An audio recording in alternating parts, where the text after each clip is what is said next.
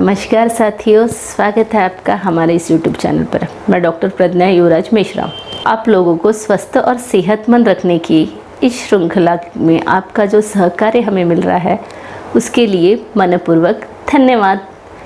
तो शुरू करते हैं आज का नया टॉपिक। ये टॉपिक है आपका सबसे ज़्यादा पूछे जाने वाला सवाल जो मुझे कंटिन्यू आ रहा है। आज की मम्माएँ मल्टीटास्किंग हो गई है, वो घर और बाहर दोनों संभाल के काम कर रही है। इसमें अगर उसकी सेहत पर कोई बुरा असर पड़ा या वो बीमार हो तो वो कभी भी काम को स्टॉप नहीं करती है, परंतु अगर उसका बच्चा बीमार हो तो उसका किसी काम में ही मन नहीं लगता है। तो ये सवाल बहुत ज़्यादा आ रहा है हमें कि मैम अभी क्या हो चुका है कि हमारे बच्चे कंटिन्यू बीमार हो रहे हैं। स्कूल से फ़ोन आ रहे हैं कि आपके बच्चे सिक रूम में हैं, आप उन्हें लेने आइए। तो क्या गलत हो गया है? और इसके पहले तो कभी बच्चे इतने बीमार नहीं पड़ते थे। तो क्या गलत हुआ है इन 3 सालों में? तो जानते हैं क्या वजह है जिसके कारण बच्चे इतने बीमार गिर रहे हैं। तो सबसे पहले वजह है कोरोना। जी हाँ, आपने बिल्कुल सही सुना, कोरोना जब शुरू हुआ तो किसी को भी नहीं लगा था कि ये इस रूप में शुरू होगा। सबने इसको जस्ट छुट्टी की तरह एंजॉय किया और इसी वक्त हो गई गड़बड़ी, जिसमें सबसे पहले गड़बड़ी हमारी मल्टीटास्किंग मम्माओं ने बनाई डिफरेंट रेसिपी से टेस्टी बनाने के चक्कर में यूज़ किया गया काफ़ी सारा oil, sugar, soya sauce, Ajinomoto और इसका स्वास्थ्य पर बहुत ज़्यादा बुरा असर गिरा। क्या टेस्ट तो थी भाई, लेकिन था स्वास्थ्य के साथ खिलवाड़।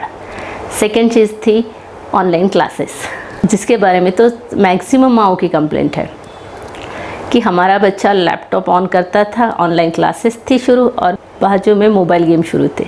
इसके कारण उनके कंसंट्रेशन पर असर पड़ा। और तीसरा और मेजर कॉज कि सभी लोग लैपटॉप, टीवी, मोबाइल, इन गैजेट्स का इस्तेमाल कर रहे थे और इनके एक्सेसिव यूज़ के कारण, इनके रेडिएशन वेव्स के कारण भी हमारी बॉडी पर बुरा असर पड़ा। जब हमारी बॉडी पर असर पड़ा तो हमारे बच्चों की बॉडी पर तो इसका असर पड़ना ही था। उस समय ना तो खाने का समय था, ना सोने का कोई फिक्स टाइम था और ना ही कोई हेल्दी चीज़ें थी।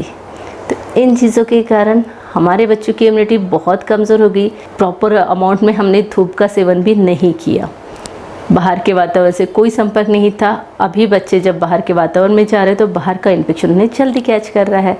इसके कारण हमारे बच्चे बार बार बीमार हो रहे हैं। तो चलिए जानते हैं मम्माओं के 2 क्वेश्चन के आंसर। पहला क्वेश्चन है हमारे बच्चे इतना क्यों बीमार पड़ रहे हैं, जिसका आंसर मैंने पहले दे दिया। और सेकंड, क्या आयुर्वेद में इसका उपाय है? तो जी हाँ, आयुर्वेद में इसका उपाय है। सादी और सिंपल लैंग्वेज में मैं अगर आपको समझाऊँ तो आयुर्वेदिक इम्यूनाइजेशन यानी आयुर्वेदिक वैक्सीनेशंस, टीबी और पोलियो की वैक्सीन तो आप जानती ही है, इसी तरह आयुर्वेद में भी वैक्सीनेशंस है। जी हाँ दोस्तों, ये वैक्सीनेशंस निकाला है 3000 वर्ष पूर्व काश्यप संहिता में, लेहाध्याय में इसका वर्णन है। और आपके वैक्सीन से और आज के वैक्सीन से उसमें कुछ बोनस पॉइंट भी है, जिसमें सिर्फ बीमारी से लड़ने की ताकत ही नहीं बढ़ा, वो आपके बच्चों के शारीरिक, मानसिक और बौद्धिक तीनों को विकसित कर रहा है। तो जानते हैं क्या है आयुर्वेदिक वैक्सीन्स? तो इसमें पहला पॉइंट आता है कि इस आयुर्वेदिक वैक्सीन के घटक द्रव्य क्या है। इसे कहते हैं स्वर्णप्राश, जो कि लिखा गया है काश्यप संहिता के लेह अध्याय में। लेह यानी चाटन। इस अध्याय में स्वर्णप्राश का वर्णन है। तो स्वर्णप्राश के बारे में जानते हैं।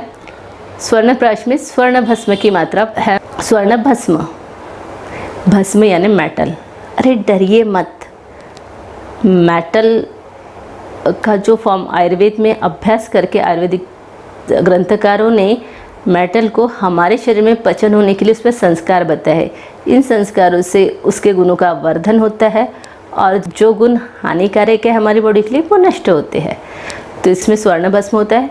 देखिए हमारे आचार्य ने कितना सुंदर वर्णन किया स्वर्ण का।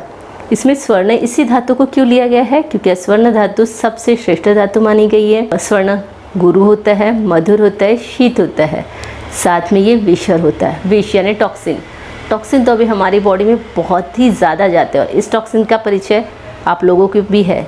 जितना पेस्टिसाइड्स, जंक फूड, प्रिजर्वेटिव, ये सब इन बच्चों के पेट में जा रहा है, ये भी एक प्रकार का विष है जो जलाने का काम करेगा स्वर्ण भस्म। इसमें है आप और हम सबका पसंदीदा घी, गाय का घी, वो भी जो कि बहुत ही पौष्टिक होता है और शहद जिसको आयुर्वेद में मधु कहते, इसके गुणों का तो वर्णन ही करते करते थक जाएंगे। मधु, इसमें बहुत ही सुंदर गुण होते हैं। ये दोनों भी, शहद और घी दोनों असमान मात्रा में होते हैं इसमें। साथ में सबसे अच्छी दवाई होती है मेध्य औषधि, जिसमें वचा, शंखपुष्पी, मुलेठी, इन औषधियों का समावेश है। ये सारे मेध्य द्रव्य है, यानी स्मरण शक्ति की वृद्धि करता है। अब ये स्वर्णप्राश लेना कब है? ये स्वर्णप्राश लेना है सवेरे खाली पेट पर। उस पर आधा घंटा कुछ भी नहीं खाना होता है। और इसे लेना कब है? तो इसे लेना है पुष्य नक्षत्र, यानी पोषण करने वाला नक्षत्र। उस समय ली हुई दवाइयाँ बहुत ज़्यादा पोषण करती है शरीर का, इसीलिए इसे पुष्य नक्षत्र में लेने को कहा गया है, जो कि भारतीय कैलेंडर में, यानी आपको कैलेंडर में इसका पुष्य नक्षत्र की तिथि मिल जाएंगी। उसी तिथि को सवेरे उठ के ब्रश किए बराबर बच्चों को ये देना है, और उस पर आधे घंटे तक के कुछ भी खाना पीना नहीं है। और इसकी देने की आयु 0 से 16 साल तक के इसे देना है। अब सबसे इम्पॉर्टेंट चीज़ जो आ जाएंगी कि इसे रोज़ देना है या सिर्फ पुष्य नक्षत्र में। तो काश्यप संहिता में तो इसे रोज़ देने के लिए कहा गया है, यानी अनुदिन देने के लिए कहा गया है। लेकिन आजकल की भागम भाग दौड़ में अगर आपको अनुदिन देना नहीं जम रहा है, तो आप इसे पुष्य नक्षत्र पर ही दीजिए, तब भी ये बहुत लाभकारी है। आचार्य काश्यप ने कहा है कि अगर आप 1 महीना तक के इसका सेवन बच्चों को कराया जाए, तो इसके कारण उनकी इम्यूनिटी बूस्टर हो जाती है और उनका बौद्धिक विकास भी होता है।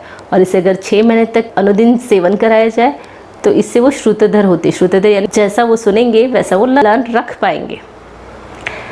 अब इसे किसे नहीं देना चाहिए, ये बात भी उतनी ही इम्पोर्टेंट है। जिसे तीव्र ज्वर हो, जिसे पाचक अग्नि कमज़ोर हुई है, जिसे द्रवमल प्रवृत्ति है, जिसे अत्यधिक प्रमाण में उल्टियाँ आ रही है, उस दिन बच्चों को इसका सेवन ना करवाएं। अब आते हैं इसके सबसे मेन टॉपिक पर, यानी इसके फ़ायदों पर। तो फ़ायदों में सबसे पहला फ़ायदा होता है, ये बौद्धिक विकास में बहुत बड़ी भूमिका अदा करता है। साथ ही इससे इम्यूनिटी बूस्टर होती है, ये वर्ण को सुधारता है। और चौथा और सबसे इम्पोर्टेंट पॉइंट, जिसको लेकर आज की मम्मा लोग बहुत चिंतित होती है कि हमारा बच्चा खाता नहीं है, ये जठराग्नि का वर्धन करता है, यानी जठराग्नि को बढ़ाता है, जिससे आपके बच्चों को लगती है अच्छी भूख, जिसके कारण वो अच्छे से खाना खा पाते हैं और अच्छे से पचा पाते हैं। ये है बोनस के फ़ायदे। इम्यूनिटी तो बढ़ती है, लेकिन बोनस फ़ायदा भी है। अब आता है स्वर्णप्राश की प्राइस क्या है और स्वर्णप्राश आपको मिलेगा कहाँ पर। तो ये 50 रुपये से लेकर 1500 रुपये तक के ये आपको अवेलेबल है। थोड़ा सा मेरी बात को गौर से सुनिए। सोने का भाव आपको पता है, और 50 रुपये में वो कौन सा सोना देने वाले हैं ये भी आपको पता है। इसीलिए संभल के आयुर्वेद के नाम पर जो जुनाइन प्रैक्टिस करते, जो आयुर्वेद को सच में बढ़ाना चाहते, वही कंपनियों का आप स्वर्णप्राश लीजिए, और ये आप घर पे भी दे सकते हैं।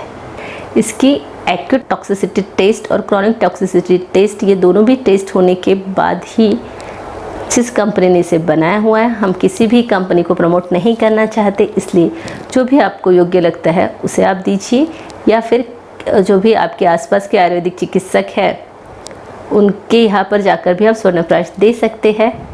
हमारे यहाँ भी स्वर्णप्राश अवेलेबल है। तो मेन चीज़ पर आते हैं कि सिर्फ आचार्यों ने कहा है इसीलिए हमें इसे देना है, बिल्कुल भी नहीं।